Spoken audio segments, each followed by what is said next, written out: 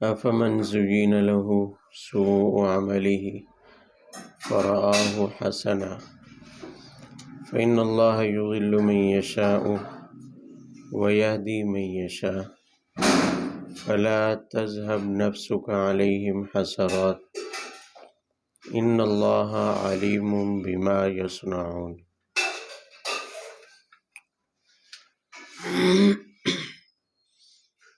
کل اس آیت پر بات چلی تھی کہ ایک اشکال کا جواب،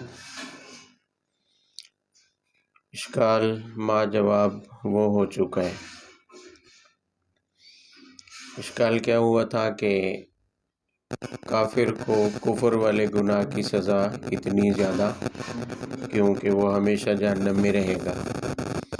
تو جواب دیا تھا کہ اس لیے کہ اس نے اختیار کو غلط استعمال کیا، شیطان کے پیچھے لگا اور برائی کو اس نے اچھا سمجھا، کفر کو اس نے اچھا سمجھا، جبکہ مومن ایسا نہیں ہے، اس نے کفر کو برا سمجھا ہے، تبھی تو اس نے ایمان کو اختیار کیا۔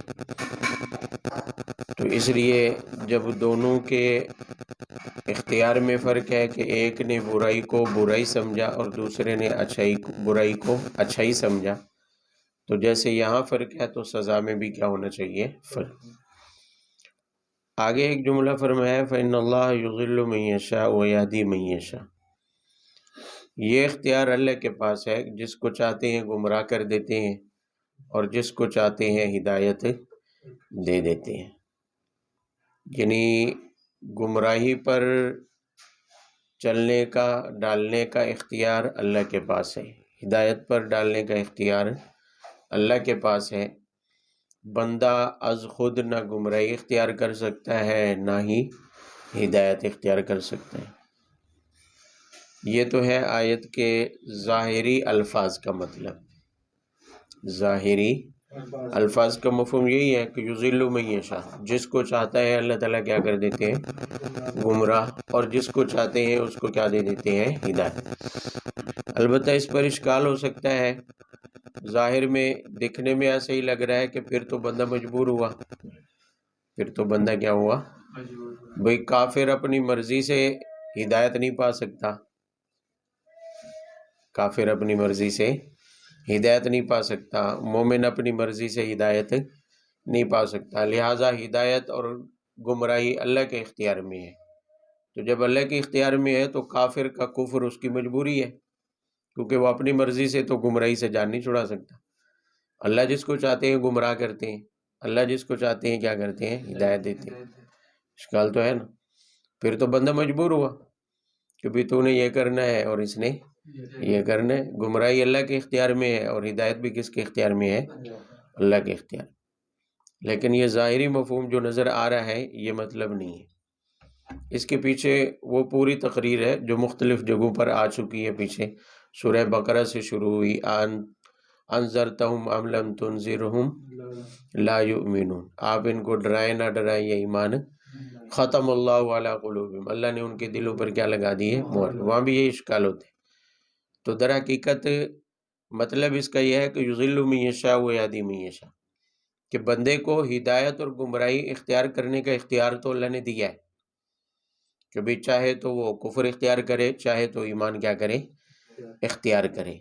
لیکن مصیبت یہ ہے کہ بندے کو اللہ تعالیٰ نے پیدا کرتے ہی ایمان اور کفر دونوں کی استعداد بندے میں رکھ دی، دونوں کی استعداد بندے میں پیدائش سے فطری طور پر ہر بندے میں اللہ تعالیٰ نے ہدایت کی استعداد کیا ہے، رکھ دی، ایمان کی استعداد۔ جیسے حدیث میں کل مولود یولد علی فطرت الاسلام، کہ ہر پیدا ہونے والا بچہ فطرت اسلام پر کیا ہوتا ہے، پیدا۔ تو ہدایت کی صلاحیت ہر ایک میں رکھی ہے اللہ نے، ہر ایک میں۔ اب جو کافر ہے اس میں بھی پیدا ہوتے ہی ہدایت کی صلاحیت کیا تھی، موجود۔ مومن ہے اس میں بھی ہدایت کی صلاحیت کیا تھی، موجود۔ پھر کیا ہوا کہ کافر نے اپنے اختیار کو غلط استعمال کیا، کافر نے اپنے اختیار کو غلط استعمال کیا، اور ہٹ دھرمی کی وجہ سے، ضد پر اڑے رہنے کی وجہ سے اور طلب نہ ہونے کی وجہ سے، ہدایت کی طلب نہ ہونے کی وجہ سے، جستجو نہ ہونے کی وجہ سے اس نے اپنی استعداد کھو دی، اس نے اپنی استعداد کیا کر دی؟ اللہ نے ایمان کی ایمان کی استعداد رکھی تھی، ہدایت کی صلاحیت اس کے اندر رکھی تھی، لیکن اس نے عدم طلب کی وجہ سے، جستجو کے نہ ہونے کی وجہ سے اور اناد اور ہٹ درمی کی وجہ سے اس نے وہ استعداد کیا کر دی ہے؟ کھو دی۔ اسی استعداد کے ضائع کر دینے کا نام ہے یضل من یشاء، جس کو چاہتے ہیں اللہ تعالیٰ کیا کر دیتے ہیں؟ تو گمراہ اللہ نہیں کرتے، بلکہ گمراہی کو اختیار وہ خود کرتا ہے، کیونکہ ہدایت کی صلاحیت کو وہ کیا کر چکا ہے؟ ختم۔ اب اس میں ہدایت کی صلاحیت ہی نہیں ہے، تو جب اس نے ہدایت کی صلاحیت ضائع کر دی تو اللہ تعالیٰ فرماتے ہیں یضل من یشاء، اللہ تعالیٰ جس کو چاہتے ہیں کیا کر دیتے ہیں؟ گمراہ۔ یعنی اب اللہ کی منشا بھی یہی ہے کہ وہ خود اگر جہنم میں جانا پڑتا ہے، گمراہی میں جانا چاہتا ہے، تو اب اللہ کا ارادہ بھی یہی ہے اس کے لیے، اللہ کی منشا بھی اس کے لیے یہ نہیں ہے کہ اللہ نے پکڑ کے اس کو گمراہی میں چھوڑا ہے، ورنہ تو عذاب دینا پھر ناانصافی ہوگی، سزا دینا کیا ہوگا؟ ناانصافی ہوگی۔ بھئی ایک بندے کو کوئی پکڑ کے لگائے گناہ کے کام میں اور پھر اس پر سزا بھی دے، ہیں ادھر اس کو کہے کہ فلانے کو قتل کر دے اور ادھر جج بن کے اس کو کیا ہے؟ پھانسی کی سزا بھی دے دے، یہ تو ناانصافی ہوگی۔ تو یہی یہاں بھی ایسا ہی ہے کہ اللہ تعالیٰ نے کسی کو نہ گمراہی پر چلایا اور نہ کسی کو ہدایت پر مجبور کیا ہے، اپنی مرضی سے جو استعداد اور صلاحیت بندے ہدایت کی لے کر آئے تھے، جس نے اس کے مطابق فائدہ اٹھایا اور ہدایت کی جستجو میں رہا، اللہ اسے ہدایت کی توفیق دے دیتے، اور جس نے اپنی استعداد اور صلاحیت سے فائدہ نہیں اٹھایا، وہ ضائع ہو گئی، تو اس کے لیے ہدایت کے راستے کیا ہو گئے؟ بند ہو گئے، از خود وہ گمراہی کی طرف جا رہا ہے جب اس نے ہدایت کی صلاحیت ہی ختم کر دی۔ تو اس میں اللہ تعالیٰ کی طرف سے کوئی جبر نہیں ہے، بندے نے اپنے اختیار سے استعداد کو کیا کر دیا ہے؟ ختم۔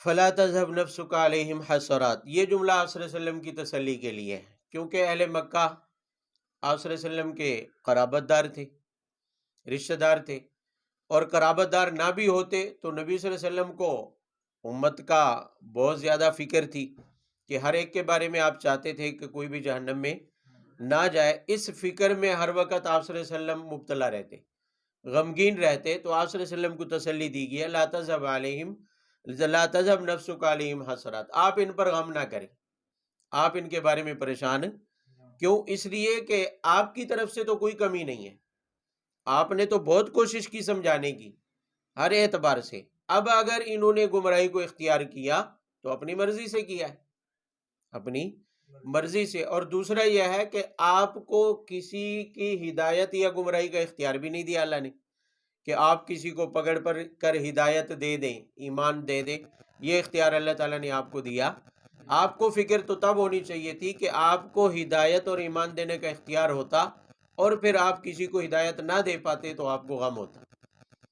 بھئی ایک بندے میں کسی کام کی صلاحیت ہی نہیں ہے، صلاحیت ہی وہ کام اگر اسے نہیں ہو سکتا تو اسے پریشان بھی نہیں ہونا چاہیے، اسے پریشان بھی مثال کے طور پر مجھے کپڑے سلائی کرنے نہیں آتے، میں کوشش کروں اور نہ ہوں تو مجھے اس پر فکر مند ہونا چاہیے؟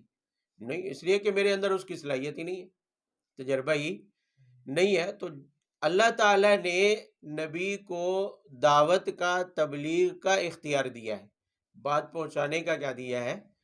اختیار۔ یہ اختیار نہیں دیا کہ کسی کو اپنے اختیار سے ایمان اور ہدایت بھی عطا کر دیں، تو فرمایا جب آپ کو اختیار ہی نہیں دیا گیا، آپ کو یہ طاقت ہی نہیں دی گئی کہ آپ از خود اپنی طرف سے کسی کو ہدایت پر لے آئیں، تو لہٰذا اس پر آپ کو غمگین ہونے کی ضرورت بھی نہیں ہے، اس لیے کہ جو آپ کی ذمہ داری ہے وہ تو آپ پورے طریقے سے نبھا چکے ہیں۔ اب وہ جو گمراہی کی طرف جا رہے ہیں وہ اپنی مرضی سے جا رہے ہیں، لہٰذا آپ کو فکر مند ہونے کی ضرورت نہیں ہے۔ ان اللہ علیم بما یصنعون، اللہ تعالیٰ جانتے ہیں جو وہ کر رہے ہیں، اللہ تعالیٰ جانتے ہیں جو وہ، یعنی اللہ تعالیٰ کل قیامت کو ان سے کیا کریں گے؟ پوچھیں گے، جانتے اس لیے ہیں کہ کل قیامت والے دن کیا کریں گے؟ ان سے پوچھیں گے، اس پر حساب و کتاب ہو۔ واللہ الذی ارسل الریاح فتثیر سحابا فسقناہ الی بلد میت فاحیینا به الارض بعد موتها کذلک النشور، یہ اس سلسلے کی آخری آیت ہے جس میں رسالت کے ساتھ ساتھ قیامت کا ذکر تھا۔ تو قیامت کی بنیاد اور ابتدا یہاں سے ہے کہ مرنے کے بعد دوبارہ کیا ہو جائیں گے؟ زندہ۔ اور مشرکین اس کا انکار کرتے تھے، تو اللہ تعالیٰ نے اس کی نظیر اور مثال بیان کی ہے کہ دنیا میں اللہ تعالیٰ ایسے نظارے دکھاتے ہیں، اللہ تعالیٰ کی اس کائنات میں ایسے نظارے موجود ہیں، اگر غور و فکر کرو تو مرنے کے بعد کی زندگی آسانی سے سمجھ میں آ سکتی ہے۔ کیسے؟ فرمایا کہ اللہ الذی ارسل الریاح، کہ اللہ تعالیٰ ہواؤں کو بھیجتے ہیں، وہ ہوائیں بادلوں کو کیا کرتی ہیں؟ اٹھاتی ہیں، پھر انہی بادلوں سے اللہ تعالیٰ کیا کرتے ہیں؟ بارش برساتے ہیں، اور اس بارش کے نتیجے میں مردہ زمین، بنجر زمین جو کسی چیز کے اگانے کے قابل نہیں ہوتی، اسی مردہ زمین میں اللہ تعالیٰ ہریالی پیدا کر دیتے ہیں، بارش کے ذریعے مردہ زمین میں جان ڈال دیتے ہیں، ویران اور بنجر زمین کو زرخیز بنا دیتے ہیں، سرسبز و شاداب ہو جاتی ہے۔ تو فرمایا کذالک النشور، اسی طرح دوبارہ پیدا ہوں گے، اسی طرح دوبارہ بھی جو اللہ تعالیٰ ہوا کے ذریعے بادلوں کو چلا کر بارش برسا کر مردہ زمین کو زندہ کر سکتے ہیں، بنجر زمین کو سرسبز و شاداب کر سکتے ہیں، تو انسان کو مرنے کے بعد دوبارہ زندہ کرنا اللہ کے لیے کون سا مشکل ہے؟ یہ تو آسان ہے۔ من کان یرید العزت فللہ العزت جمیعا الیہ یصعد الکلم الطیب والعمل الصالح یرفعہ والذین یمکرون السیئات لہم عذاب شدید ومکر اولئک هو یبور۔ آیت نمبر 10 سے لے کر آگے رکوع تک، یعنی آیت نمبر 14 کے اختتام تک توحید کے کچھ دلائل بیان کیے ہیں، توحید کا ذکر چل رہا ہے۔ پہلی دلیل دی ہے، فرمایا من کان یرید العزت فللہ العزت جمیعا، جو عزت چاہتا ہے تو اسے پتہ ہونا چاہیے کہ عزت ساری کی ساری کس کے پاس ہے؟ کل بات ہوئی تھی کہ مقام حمد بالذات کس کے ساتھ خاص ہے؟ اللہ تعالیٰ کے ساتھ۔ مقام عزت بھی بالذات اللہ تعالیٰ کو حاصل ہے۔ مقام عزت بھی، عزت کس کو کہتے ہیں؟ عزت ایسی حالت کو کہتے ہیں کہ وہ حالت کسی بندے کو مغلوب نہ ہونے دے، مغلوب نہ ہونے دے کہیں بھی۔ عزت لفظی ترجمہ لغوی معنی اس کا ہوتا ہے غلبہ۔ کیا ہے؟ غلبہ، یعنی فلانے کی عزت ہے۔ عزت کا مطلب یہ ہے کہ وہ ایسی حالت میں، ایسے حیثیت میں ہے کہ وہ اس حالت میں مغلوب نہیں ہو سکتا۔ مغلوب، لوگ فلانے کی عزت کرتے ہیں، مطلب یہ ہے کہ لوگ اس کو اپنے اوپر کیا ہے؟ بڑا مانتے ہیں، غالب مانتے ہیں، وہ اس حالت میں لوگوں کے اندر مغلوب نہیں ہو سکتا۔ تو عزت کا جو مقام ہے، عزت بھی اللہ تعالیٰ کی ذاتی صفت ہے، اللہ تعالیٰ کا ذاتی مقام ہے۔ ہاں، اللہ تعالیٰ کے واسطے سے انبیاء کو بھی عزت حاصل ہے، مومنین کو بھی، نیک صالح لوگوں کو بھی عزت کیا ہے؟ حاصل ہے، وہ بالعرض ہے۔ وہ کیا ہے؟ بالعرض ہے۔ ذاتی طور پر عزت کا مقام کس کے ساتھ خاص ہے؟ اللہ کے ساتھ۔ تو فرمایا جب مقام عزت اللہ کے ساتھ خاص ہے تو معبود ہونا تو سب سے بڑی عزت ہے، معبود ہونا تو سب سے بڑی عزت ہے۔ تو مقام عزت جس کو ذاتی طور پر حاصل ہے وہی معبود ہو سکتا ہے، وہی معبود۔ اب اللہ کے علاوہ کسی کو مقام عزت ذاتی طور پر حاصل نہیں ہے۔ انبیاء کو حاصل ہے لیکن بالعرض، اولیاء کو حاصل ہے بالعرض، ہر مومن کو حاصل ہے عزت کا مقام لیکن بالعرض۔ ذاتی طور پر مقام عزت صرف کس کو حاصل ہے؟ تو معبود وہی ہو سکتا ہے جس کو مقام عزت ذاتی طور پر حاصل ہو، اور وہ اللہ کے علاوہ کسی کو بھی حاصل، لہذا اللہ کے علاوہ کوئی معبود بھی نہیں ہو سکتا۔ مقام عزت بالذات اللہ کے علاوہ کسی کو حاصل نہیں ہے، تو معبود ہونا بھی کسی کو حاصل نہیں ہے سوائے اللہ تعالیٰ کے۔ تو معبود وہی ہو سکتا ہے جس کو مقام عزت ذاتی طور پر کیا ہو؟ حاصل۔ تو یہی فرمایا کہ عزت ساری کی ساری اللہ کے پاس ہے، تمہیں اگر عزت چاہیے تو اللہ سے لے لو۔ اللہ سے کیسے؟ کہ اللہ کی وحدانیت پر ایمان لاؤ، اور ہر مومن کو بالعرض عزت کیا ہوتی ہے؟ حاصل ہوتی ہے، لہذا تمہیں بھی عزت حاصل ہو جائے گی۔ تم بھی عزت والے ہو جاؤ گے۔ وہی کل والی بات ہے کہ اگر ایمان لاؤ گے، اللہ کی وحدانیت کو مانو گے، پھر تو وہی تقدس ہوگا کہ بیت اللہ سے بھی بڑھ کر، لیکن اگر نہیں مانو گے تو اولئک کالانعام بل هم اضل، پھر جانوروں کی طرح اور جانوروں سے بھی کیا ہو جاؤ گے؟ بدتر۔ یہی فرمانا چاہتے ہیں من کان یرید العزہ، جس کو عزت چاہیے تو وہ کس کے پاس ہے؟ اللہ کے پاس۔ عزت وہاں سے ملے گی، ان مورتیوں سے، معبودان باطلہ سے، اللہ کی مخلوق سے اگر آپ عزت لینا چاہتے ہیں تو ان کے پاس تو عزت ہے نہیں، تمہیں کیا دیں گے؟ مخلوق کو ذاتی طور پر عزت حاصل، عزت کا مالک صرف کون ہے؟ اللہ تعالیٰ۔ اگر عزت چاہیے تو پھر اسی سے لینی پڑے گی، اسی کو ماننا پڑے گا، اسی کے در پہ آنا پڑے گا اگر عزت چاہیے۔ بات سمجھ آ رہی ہے؟ تو عزت کس کے اختیار میں ہے؟ اللہ تعالیٰ کے اختیار میں۔ وہ تو عز من تشاء و تذل من تشاء، اللہ جس کو چاہتے ہیں عزت دیتے ہیں اور جس کو چاہتے ہیں ذلیل کر دیتے ہیں۔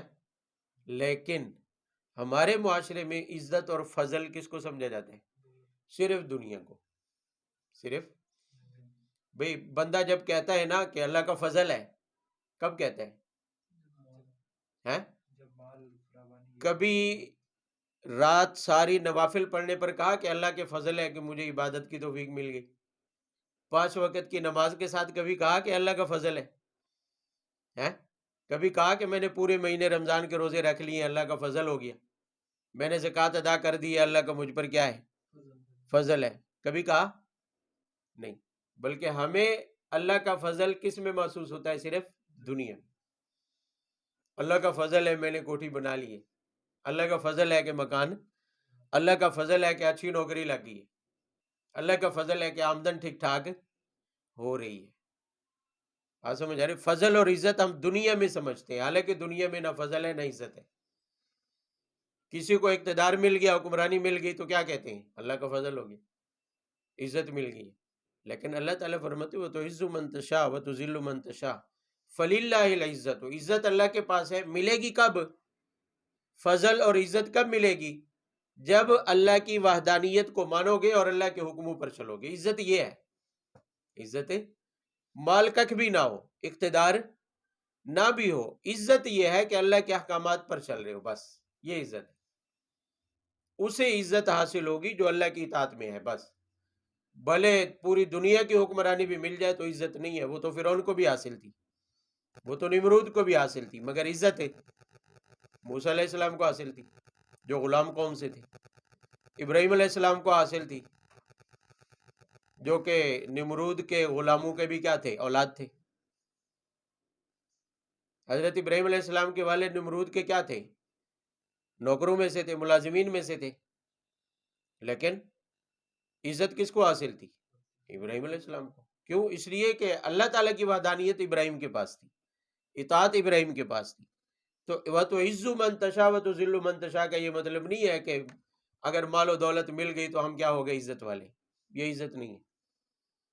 بات سمجھ آ رہی ہے؟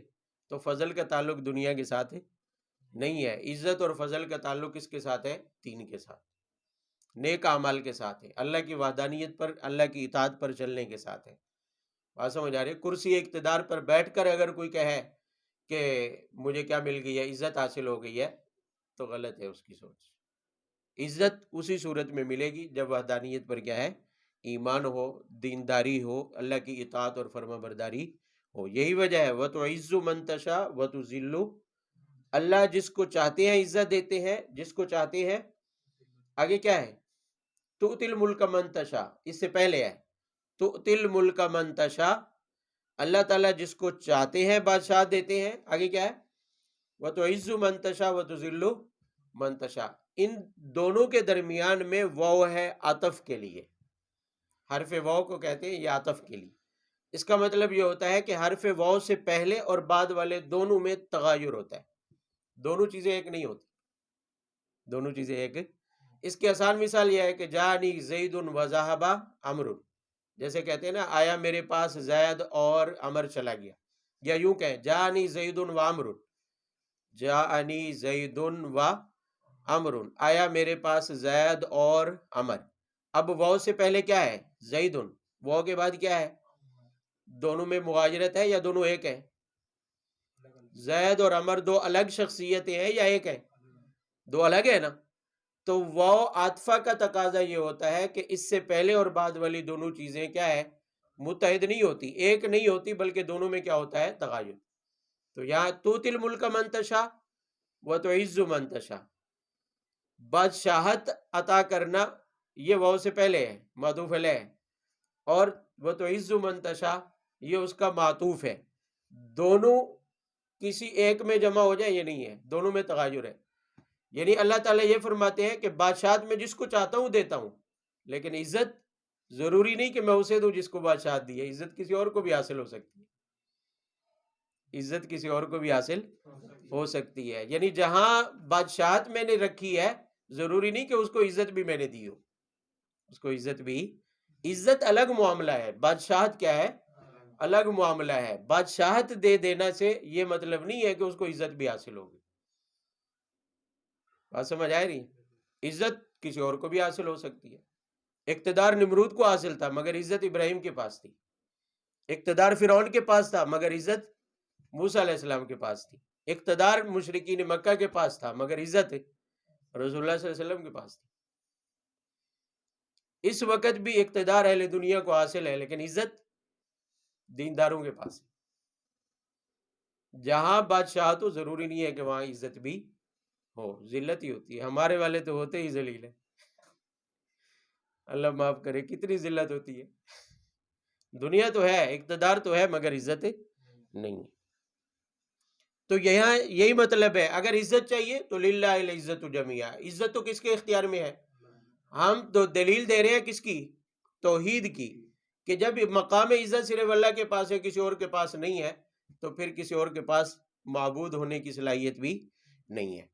اگلی بات، الیہ یصعد الکلم الطیب والعمل الصالح یرفعہ، یہ اسی دلیل کے ضمن میں ایک اور دلیل ہے. فرمایا کہ پاکیزہ کلمہ اللہ ہی کی طرف چڑھتا ہے اور عمل صالح بھی اللہ کی طرف جاتا ہے. چڑھنے اور جانے کا مطلب یہ ہے کہ اللہ کے ہاں قبول ہوتا ہے، اللہ کے یہاں کیا ہوتا ہے؟ قبول. عمل صالح تو واضح ہے، پاکیزہ کلمے سے مراد کلمہ توحید ہے، لا الہ الا اللہ. مطلب یہ ہے کہ کلمہ توحید اور عمل صالح اللہ کے ہاں مقبول ہوتا ہے، کلمہ شرک اور بدعمالی اللہ کے ہاں مقبول نہیں ہوتی. شرک اللہ کے ہاں مقبول نہیں ہوتا. لہذا جب شرک اللہ کو ہاں مقبول ہی نہیں ہے تو کسی کو شریک بنایا کیسے جا سکتے ہیں؟ اللہ کے ہاں صرف کلمہ وحدانیت کیا ہے؟ قبول ہے. جو شرک پر چلے گا تو اس کا کلمہ طیب تو نہ ہوا، اس کا کلمہ توحید تو نہ ہوا، تو وہ اللہ کے ہاں مقبول ہی نہیں ہے. اللہ کے ہاں مقبول ہی نہیں ہے تو پھر یہ جتنے بھی معبودان باطلہ بنائے ہوئے ہیں یہ کیسے اللہ کے شریک ہو سکتے ہیں؟ شرک تو اللہ کے ہاں مقبول ہی نہیں ہے. آگے فرمایا کہ والذین یمکرون السیئات لہم عذاب شدید، اس میں مشرکین کا تذکرہ ہے. فرمایا کہ جو لوگ شرک کرتے ہوئے بری چالیں چلتے ہیں، بری چالیں یعنی توحید کے آگے رکاوٹ ڈالنے کے لیے، رسول اللہ صلی اللہ علیہ وسلم کے مشن کو روکنے کے لیے، دین کو روکنے کے لیے جو بری چالیں چلتے ہیں، لہم عذاب شدید، ان کے لیے سخت عذاب ہے. وَمَكْرُ أُولَٰئِكَ هُوَ يَبُورُ، ان کی چالیں کبھی کامیاب نہیں ہوں گی بلکہ برباد ہوتی رہیں. اور وہی کہ مشرکین مکہ نے کتنی چالیں چلی رسول اللہ صلی اللہ علیہ وسلم کو روکنے کے لیے، توحید کو روکنے کے لیے، ایڑی چوٹی کا زور لگایا مگر کوئی بھی چال کامیاب نہیں ہوئی اور توحید کامیاب ہو گئی. وَمَكْرُ أُولَٰئِكَ هُوَ يَبُورُ، ان کا مکر تباہ و برباد ہوا. تو دین کے مقابلے میں اور توحید کے مقابلے میں کوئی چال کامیاب نہیں ہوتی، چاہے کتنی ہی طاقتور کیوں نہ ہو. شرط یہ ہے کہ آپ کے پاس توحید ہو. اہل حق کے پاس کیا ہونی چاہیے؟ توحید، ورنہ وہ اہل حق ہی نہیں ہے جن کے پاس توحید نہیں ہے. اگر شرک آ گیا تو پھر اہل حق نہ رہے، جب اہل حق نہ رہے تو پھر مشرکین کی اور کفار کی چالیں کامیاب ہوتی رہیں گی. ان کی چالیں تبھی ناکام ہوں گی جب آپ کے پاس خالص توحید کیا ہو؟ موجود. اور جو شرک پر چلتے ہیں وہ کسی کو چیلنج کرتے بھی نہیں ہیں، کرتے ہیں. اپنے برِ صغیر کی تاریخ دیکھ لیں، ہمارے برِ صغیر کی تاریخ یہی ہے کہ ہمیشہ اہل توحید نے کافروں کو چیلنج کیا ہے. دشمن کو یہاں ہمارے بر صغیر میں چیلنج کس نے کیا؟ اب موجود جو مسالک ہیں، مکاتب فکر ہیں، اگر ان کی تاریخ اٹھا کر دیکھ لیں تو سوائے علماء دیوبند کے کسی نے چیلنج نہیں کیا. ہمارے علامہ ضیاء الرحمن فاروقی شہید رحمۃ اللہ علیہ کہتے تھے، ایک چیلنج دیا تھا انہوں نے پنڈی میں 2 بار لیاقت باغ میں. کہا تھا کہ میرا دعویٰ یہ ہے کہ مولانا احمد رضا خان صاحب برطانوی سرکار سے وظیفہ لیتے تھے. کوئی بریلوی ہائی کورٹ میں مقدمہ کرے، سپریم کورٹ میں یہ ثابت نہ کر سکا اگر خود انگریزوں کے لکھی ہوئی تاریخوں سے اور انہوں کی کتابچوں سے، تو میری سزا پھانسی ہوگی. کسی نے چیلنج نہیں کیا. پورے پاکستان کے بریلویوں کو چیلنج کیا تھا. تو بہرحال یہ تو ایک الگ بات ہے، لیکن چیلنج کس نے کیا؟ برطانیہ قابض ہوا ہندوستان میں تو سب سے پہلے چیلنج کرنے والے کون تھے؟ اہل توحید تھے. شاملی کے میدان میں حضرت حاجی امداد اللہ مہاجر مکی رحمۃ اللہ علیہ جب آخری مغل بادشاہ بہادر شاہ ظفر کو مقید کیا گیا دہلی سے، انہیں جب تخت سے ہٹایا گیا تو سب سے پہلے جو تحریک آزادی کا نعرہ لگا شاملی کے میدان میں، جو پہلی جنگ ہے 1857 کی، جو مشہور جس کو غدر کہتے ہیں، غدر کہا جاتا ہے، غدر کا نام دیا جاتا ہے، اس جنگ کے اندر میدان جنگ میں قیادت حضرت حاجی امداد اللہ مہاجر مکی رحمۃ اللہ علیہ کر رہے تھے، اور ان کے ساتھ معاونین میں مولانا قاسم ننوتوی اور مولانا رشید احمد گنگوئی تھے. اور علماء دیوبند میں سے حافظ ضامن مشہور یہ اس میدان میں شہید ہوئے، تھانہ بھون کے تھے.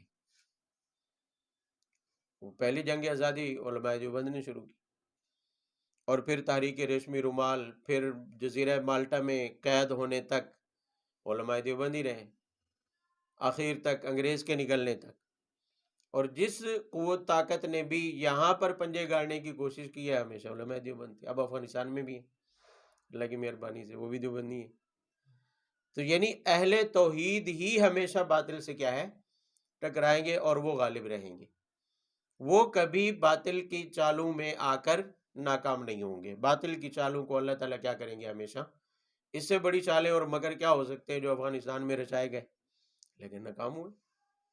اس لیے کہ وہ مکر اولئک وہ یبور، کہ اللہ تعالیٰ ان کی چالوں کو کیا کر دیتے ہیں؟ برباد کر دیتے ہیں.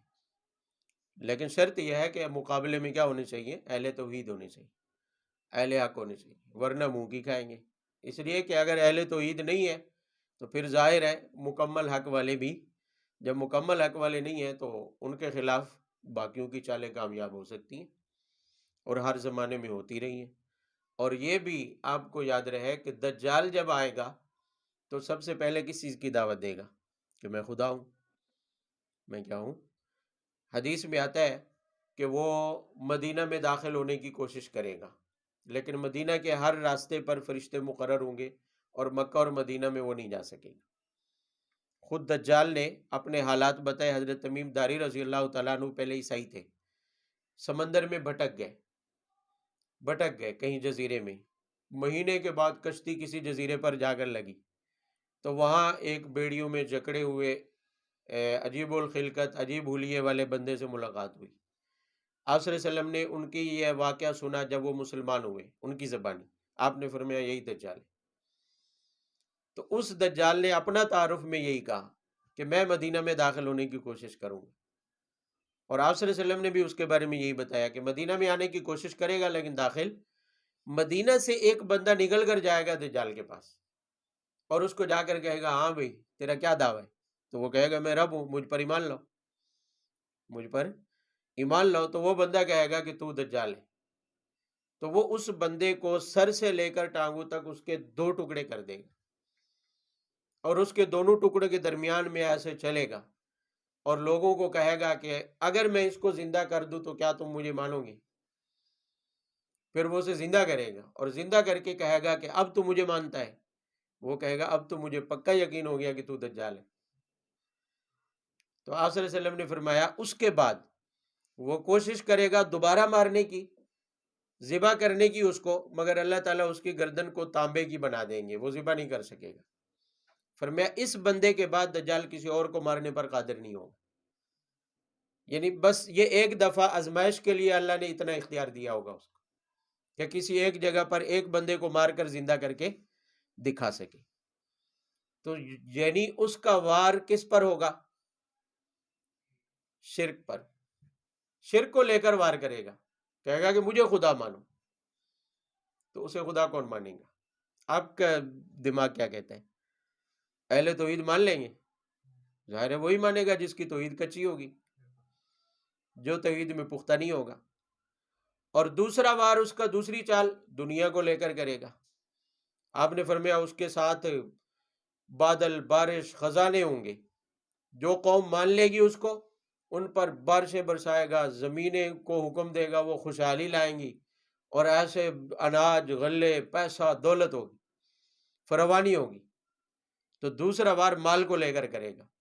تو جو دنیا سے محبت رکھنے والے، دنیا کے حریص و لالچی ہوں گے، دنیا کو دین پر ترجیح دیتے ہوں گے، وہ بھی اس صف میں کھڑے ہوں گے. حتیٰ کہ آپ نے فرمایا ایک بندے کو یہ دعویٰ ہوگا کہ میں پکا مومن ہوں، دجال اگر میرے سامنے آیا تو میں نہیں مانوں گا اسے. وہ جائے گا دجال کے پاس، اور دجال ایسے ایسے شبہات اس کے سامنے ظاہر کرے گا کہ وہ اس پر ایمان لا کے چھوڑے. لیکن وہی جو توحید میں کیا ہوں گے؟ کچے. اگر توحید پکی ہوئی تو وہ دجال کے ورغلانے میں نہیں آئیں گے، دجال کے چکر میں نہیں آئیں گے. تو یہی فرمایا کہ اہل توحید کے مقابلے میں جو مشرکین کی چالیں ہیں وہ کبھی کامیاب، مکر اولئک هو یبور، ان کی ساری چالیں کیا ہو جائیں گی؟ ناکام ہو جائیں گی. مشرکین مکہ غزوہ بدر سے، بلکہ آپ صلی اللہ علیہ وسلم کے اعلان نبوت سے لے کر غزوہ خندق تک جتنی بھی چالیں انہوں نے چلی، ساری کی ساری کیا ہو گئی؟ ناکام ہو گئی.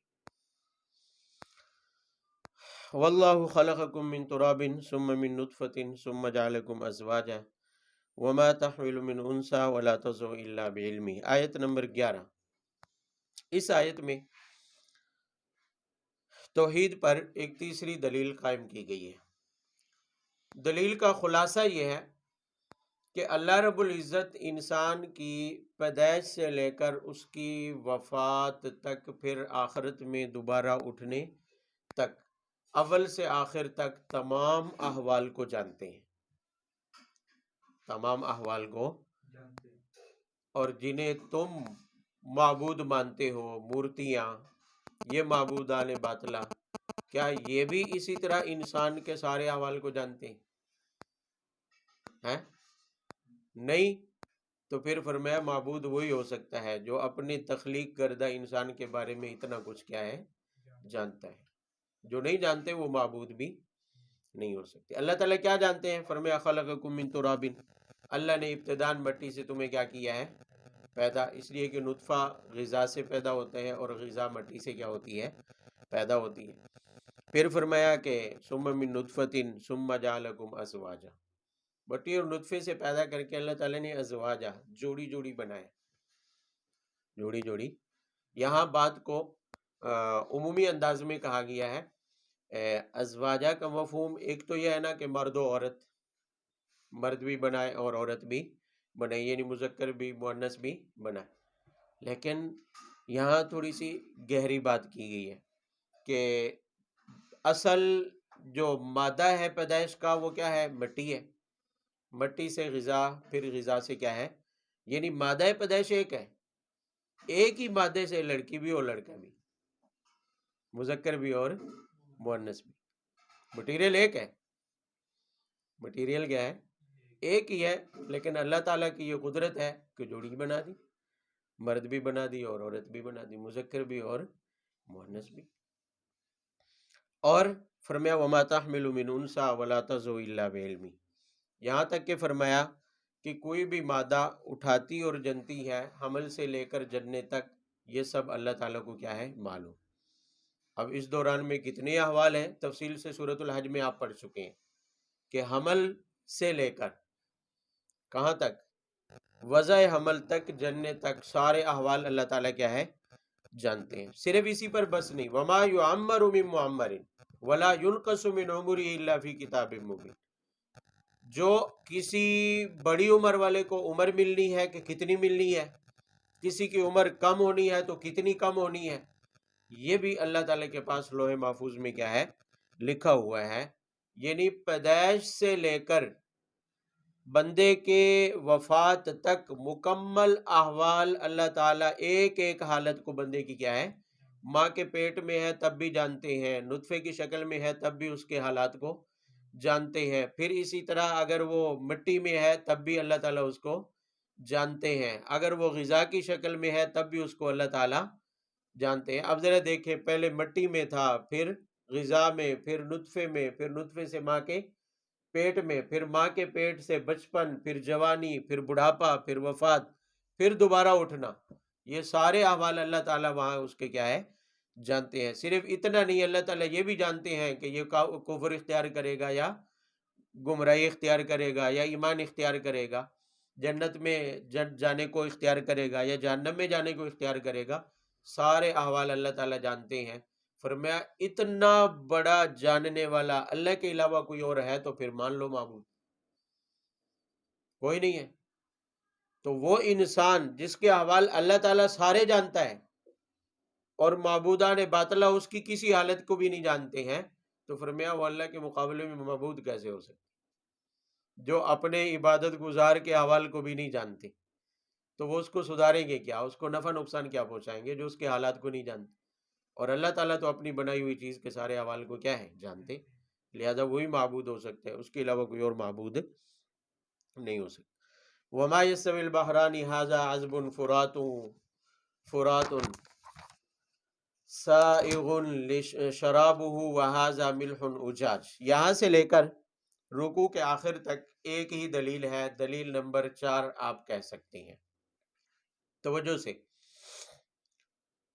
فرمایا کہ خلاصہ دلیل کا ذہن میں رکھ لیں، پھر تفصیل کر دیتے ہیں کہ ایک طرف تو اللہ تعالیٰ کی ذات ہے جس کی ملکیت اختیار اس کے احوال سے معلوم ہے. اس کے احوال سے کیا ہے، آسمانوں سے لے کر زمین تک، سمندر سے لے کر پہاڑوں تک، اللہ تعالیٰ کے جتنے بھی احوال اور اختیارات ہیں وہ ان مورتیوں میں سے کسی کو بھی حاصل نہیں.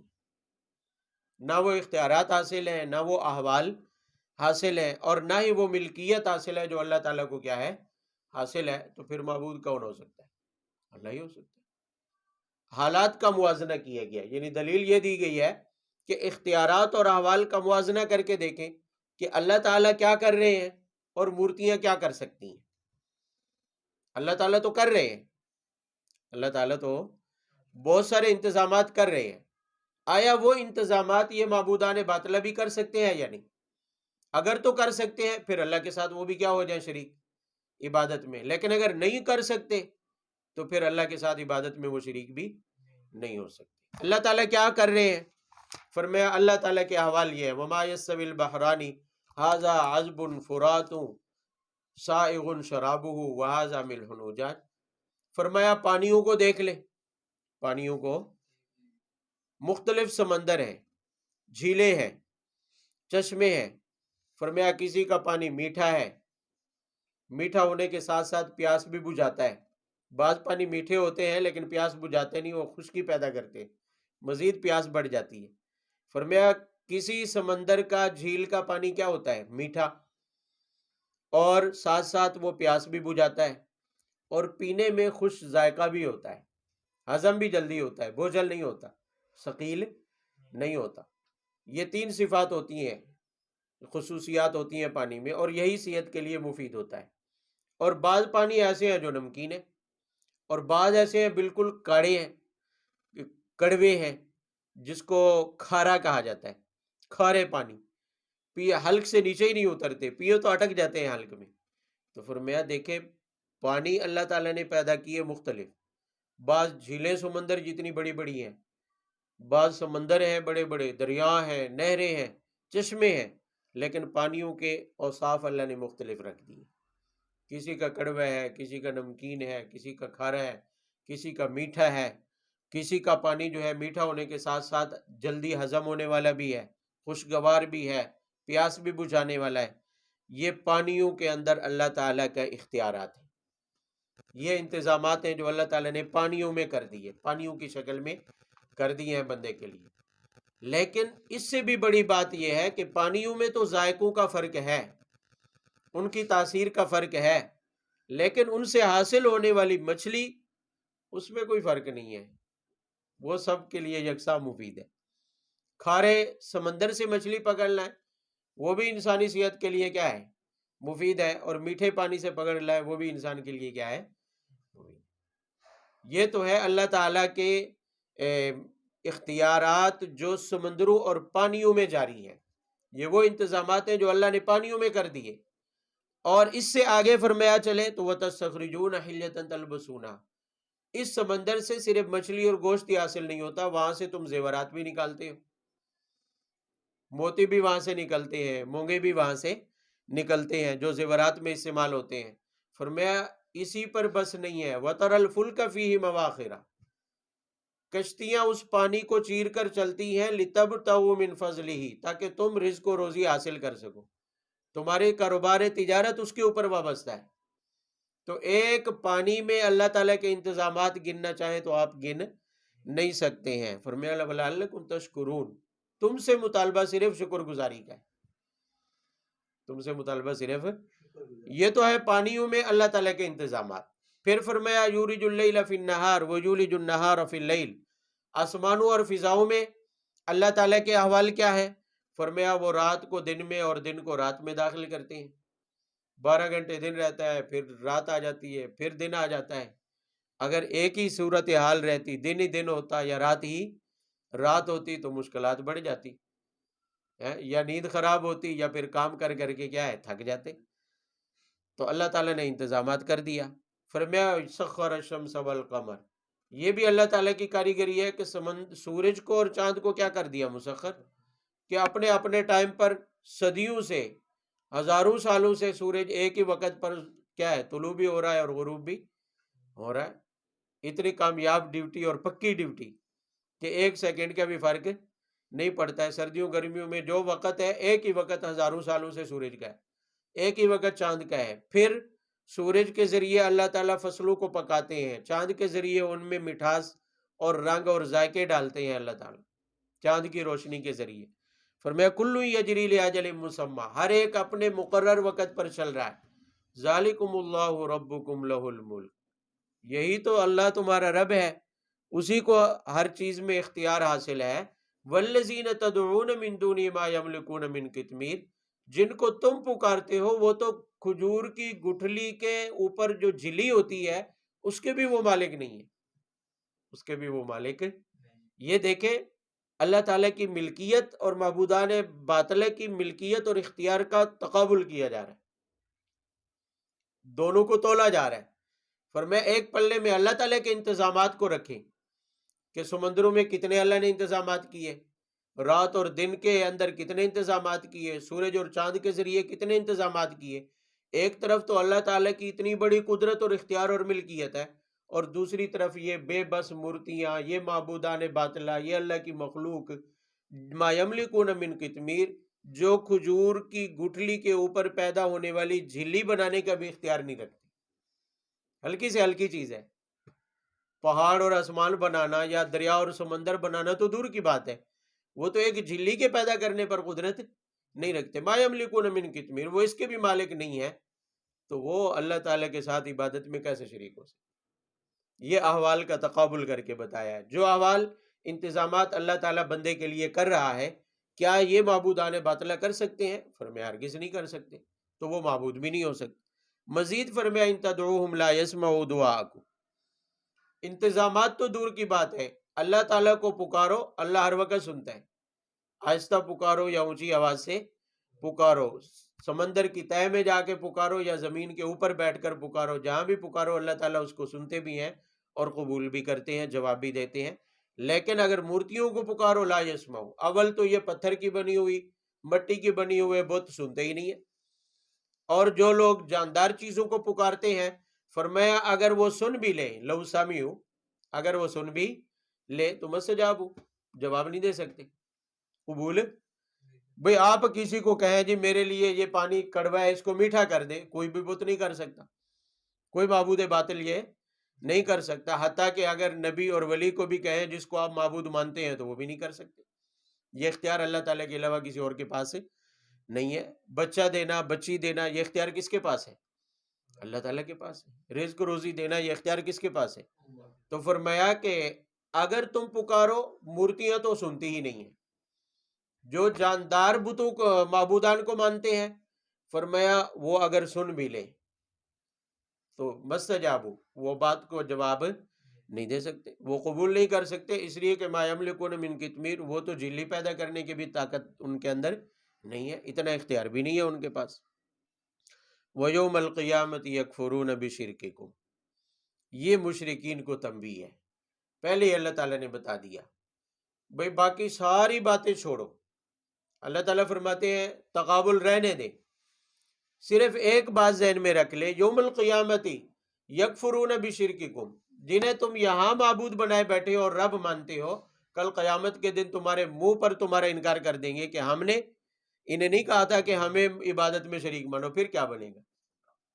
پھر بھی اللہ تعالیٰ یہ کہہ رہے ہیں آج جن فرشتوں کی مورتیاں بنا کے یہاں رکھی ہیں، جن انبیاء کی مورتیاں بنا کے پوجا کر رہے ہو تم، جن اللہ والوں کی، بزرگوں کی تم آج یہاں عبادت اور پوجا کر رہے ہو، اور انہیں نفع نقصان کا مالک سمجھ رہے ہو کہ اگر فلانے پیر کے دربار کی تم نے گھنٹیاں بھی اتار لی تو تمہاری خیر نہیں ہے، آخرت برباد ہو جائے گی۔ فرمایا یہ کل قیامت والے دن انکار کر دیں گے کہ ہم نے انہیں نہیں کہا تھا کہ یہ ہمیں کیا بنائے، اللہ تعالیٰ کے ساتھ عبادت میں شریک مانے، ہمیں نفع نقصان کا مالک مانے، ہمیں مختار کل مانے، ہم نے انہیں نہیں کہا تھا۔ وَلَا يُنَبِّئُكَ مِثْلُ خَبِيرٍ، اللہ تعالیٰ فرماتے ہیں یہ جو میں نے احوال تمہیں بتا دیے ہے کہ کل قیامت کو کیا ہونے والا ہے، اس طرح اللہ تعالیٰ کی ذات کے علاوہ کوئی اور خبر بھی نہیں دے سکتا، آنے والے احوال کوئی اور بتا بھی، یہ معبودان باطلہ بھی نہیں بتا سکتے کہ کل قیامت کو کیا ہونے والا ہے ان کے ساتھ۔ تو جب کوئی نہیں بتا سکتا ہے تو پھر اللہ کے علاوہ کوئی اور معبود بھی، یہ احوال کا تقابل کیا گیا ہے کہ اللہ کیا کر سکتے ہیں اور کیا کر رہے ہیں، اور جنہیں معبود مانا جا رہا ہے وہ کیا کر سکتے ہیں۔ جب اللہ کے مقابلے میں ان کے پاس نہ اختیار ہے، نہ ملکیت ہے، نہ قدرت ہے، نہ وہ ان انتظامات پر قادر ہے جو انسان کے نفع کے لیے اور فائدے کے لیے ہیں، تو پھر وہ معبود بھی نہیں ہو سکتے۔ وآخر دعوانا